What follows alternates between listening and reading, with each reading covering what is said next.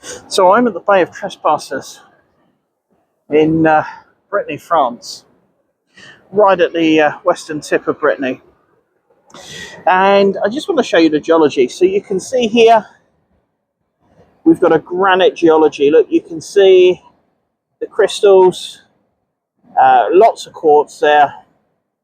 You can see some micas, tiny feldspars here, but effectively a granitic geology. And the rocks here, pretty granitic towards the base. But there's something bigger going on. There's a bigger story to be told. We're still in the granite here, but there is a change. And if we come further around here, we can see that change.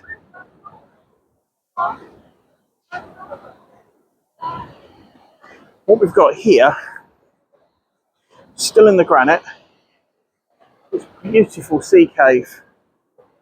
But the rocks at the back of that sea cave are mudstones. And you can see them. You've got the granite there, but at the back, we've got that telltale, very straight cleavage. No weathering along the faults, no weathering along the joints, just this 90-degree joint set, and then the cleavage there. So in theory, that tells me that there's mudstone running parallel to this cliff, or mudstone probably in this case. So what we're going to do is go around the corner and see if we can see the contact. Another fantastic little cave there. And let's have a look. So here, I think, we've got the contact. So can you see on the right hand side of the screen is the granite, the orangey coloured rock, and on the left hand side, just about where that grass is, or where those weeds are growing up, we've got the contact right in the middle of your screen now, coming down here, down here, down here. So this is still granite,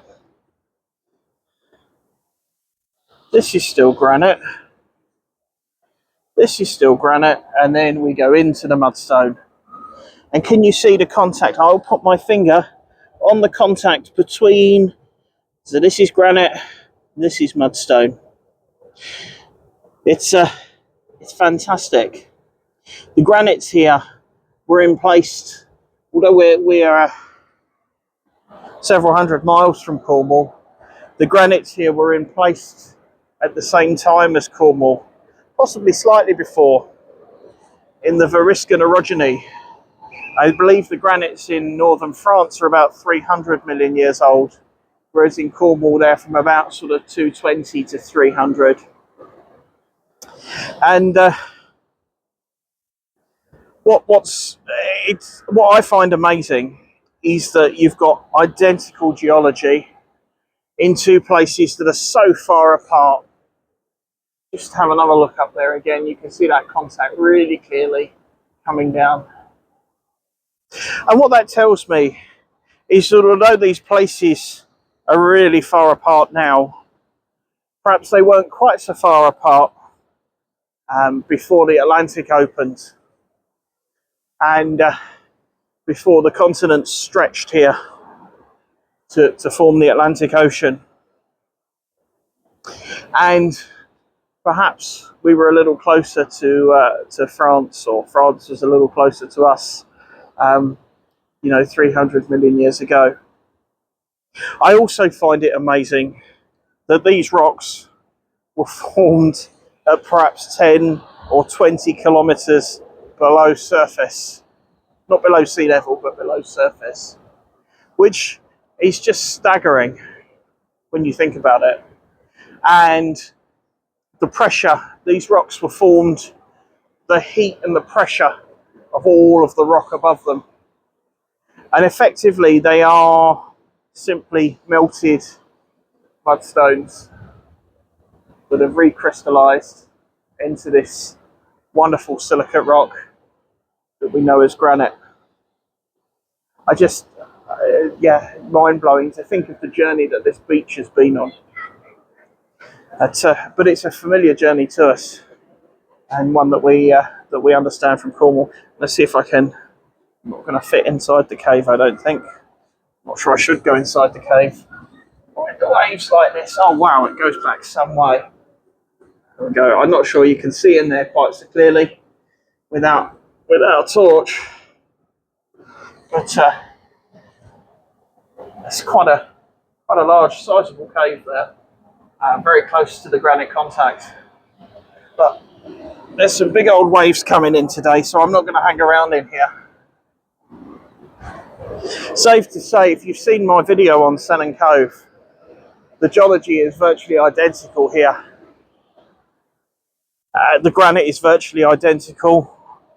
Chemically, it's slightly different. There's fewer phenocrysts here, but it's effectively granite that's formed in the same way through the same process. See, there's a little bit more granite just down here,